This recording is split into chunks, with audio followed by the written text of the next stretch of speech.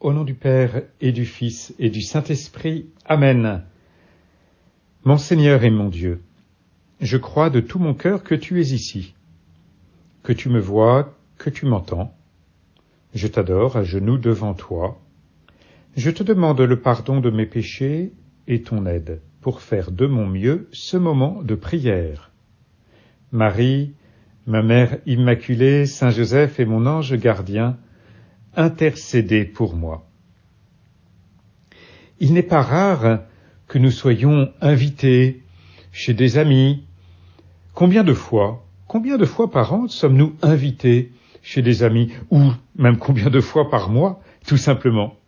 Jésus, lui aussi, est invité. Il est reçu par Marthe et Marie.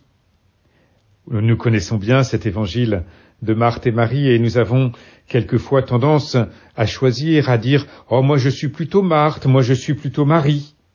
Habituellement, nous regardons vers Marthe ou Marie. Permets-moi de regarder aujourd'hui vers Jésus. Vers Jésus, après tout, nous prenons ces 10 minutes avec toi, Seigneur, ces 10 minutes avec Jésus, comme nous les appelons, et c'est toi que nous voulons contempler dans l'Évangile. Une femme nommée Marthe reçut Jésus, nous dit l'Évangile, avait une sœur appelée Marie, qui écoutait sa parole, assise aux pieds du Seigneur, et Marthe est accaparée par le service. Nous connaissons bien les questions que Marthe vient poser. « Cela ne te fait rien que ma sœur m'ait laissée seule à faire le service ?» Oh, et combien connaissons-nous cette réponse de Jésus ? Tu te donnes du souci, tu t'agites pour bien des choses, une seule est nécessaire. Marie a choisi la meilleure part, elle ne lui sera pas enlevée. Que fait Marthe ? Elle sert. Que fait Marie ? Elle écoute. Que fait Jésus ? Que fait Jésus ? C'est toi, Seigneur, que nous voulons contempler dans ce temps de prière, et dans cet évangile, nous voyons que tu ne te contentes pas de faire la morale à Marthe, de lui donner de bonnes leçons. Tu transmets la parole de Dieu. Tu transmets la parole de Dieu comme tu le fais tout au long de l'évangile. Une parole de vie. Une parole qui nourrit. C'est au moment où Marthe prépare une nourriture pour ton corps, pour le corps de Marie aussi, sa sœur, eh bien, il y a une autre nourriture que tu donnes, c'est cette parole de Dieu. L'homme ne se nourrit pas seulement de pain, mais de toute parole qui sort de la bouche de Dieu. Et la parole de Jésus est évidemment une parole nourrissante, une parole de vie, une parole qui transforme les cœurs. Et c'est pour ça, bien sûr, que Marie a choisi la meilleure part. Elle s'ouvre à cette bonté qui sort de la bouche de Jésus. Et nous, tiens, quand nous visitons des amis, une maison, nous sommes disciples de Jésus, nous sommes tes disciples, Seigneur. C'est-à-dire que nous essayons de te ressembler en te contemplant dans la méditation de l'Évangile, dans le travail peut-être. En te contemplant, Seigneur, nous apprenons à devenir tes disciples, c'est-à-dire à faire comme toi. Et là, il y a un chemin nouveau qui nous est indiqué dans cet évangile d'aujourd'hui. C'est-à-dire que lorsque nous sommes reçus chez des amis, eh bien, nous pouvons ne pas nous laisser servir, nous pouvons transmettre cette parole de Dieu. Ces invitations sont des occasions aussi pour témoigner de l'Évangile.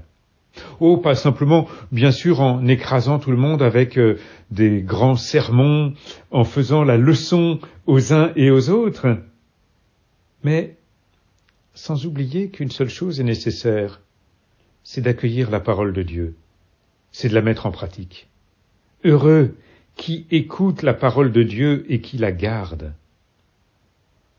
Eh bien, en transmettant nous aussi cette parole que nous avons reçue de Dieu dans ces moments où nous sommes invités chez des proches, eh bien, nous permettons aussi à ceux qui nous accueillent de vivre cette béatitude. Oh, il y a dans l'Évangile aussi la béatitude du service. Heureux, moi qui vous ai lavé les pieds, je vous le dis, vous devez vous aussi vous laver les pieds les uns des autres. Heureux êtes-vous si vous le faites. C'est vrai, il y a cette béatitude du service. Mais il y a cette béatitude de l'écoute de la parole de Dieu. Heureux qui écoute la parole de Dieu et qui la met en pratique. Et nous comprenons, Seigneur, qu'il est nécessaire pour nous, comme chrétiens, puisque nous te suivons, puisque nous essayons de marcher sur tes pas, sur tes traces, nous comprenons, Seigneur, qu'il est nécessaire que nous transmettions cette parole de Dieu pour rendre les hommes qui nous accueillent heureux, bienheureux. Transmettre la parole de Dieu. Il ne s'agit pas, comme nous le disions, Seigneur, à l'instant, de faire de grands sermons. Cette parole de Dieu, elle se transmet, nous le savons, comme tu le fais dans l'Évangile, par la parole et par les actes. C'est aussi en te contemplant, toi la parole de Dieu faite chair, que nous découvrons la parole de Dieu.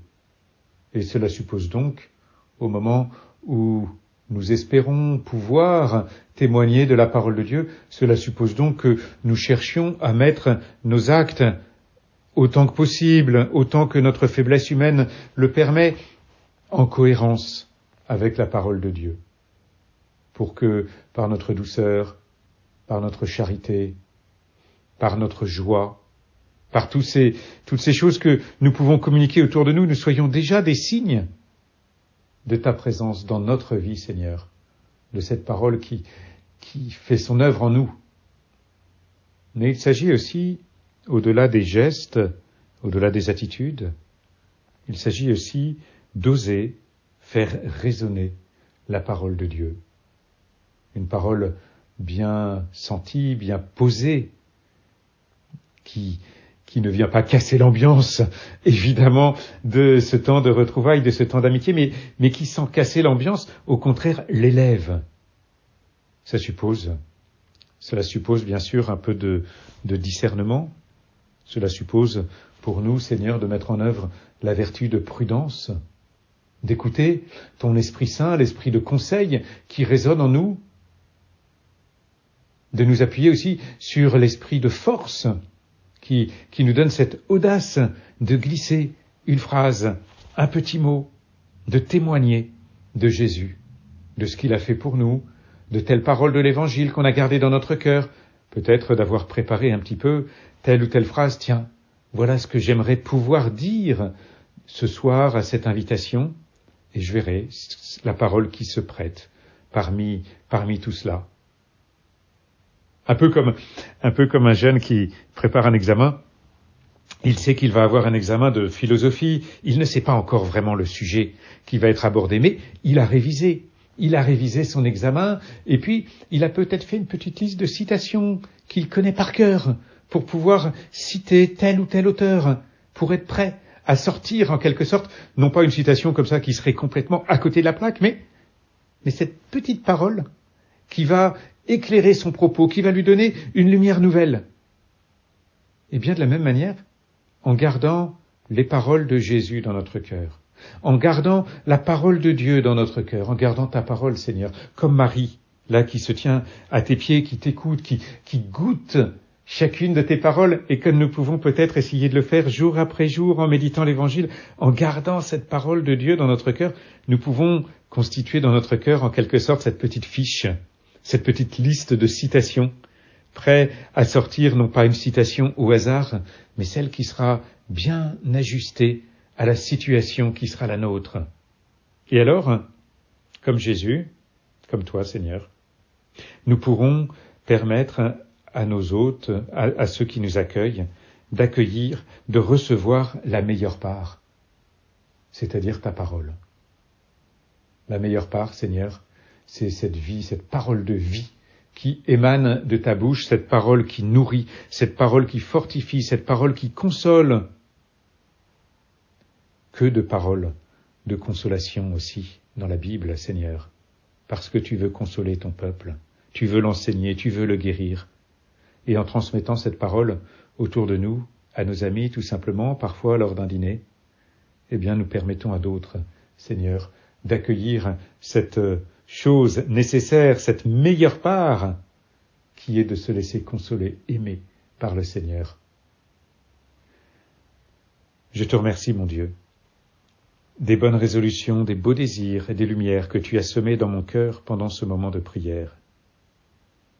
je te demande de m'aider à les faire fructifier. Marie, ma mère immaculée, Saint Joseph et mon ange gardien, accompagnez-moi toujours en chemin.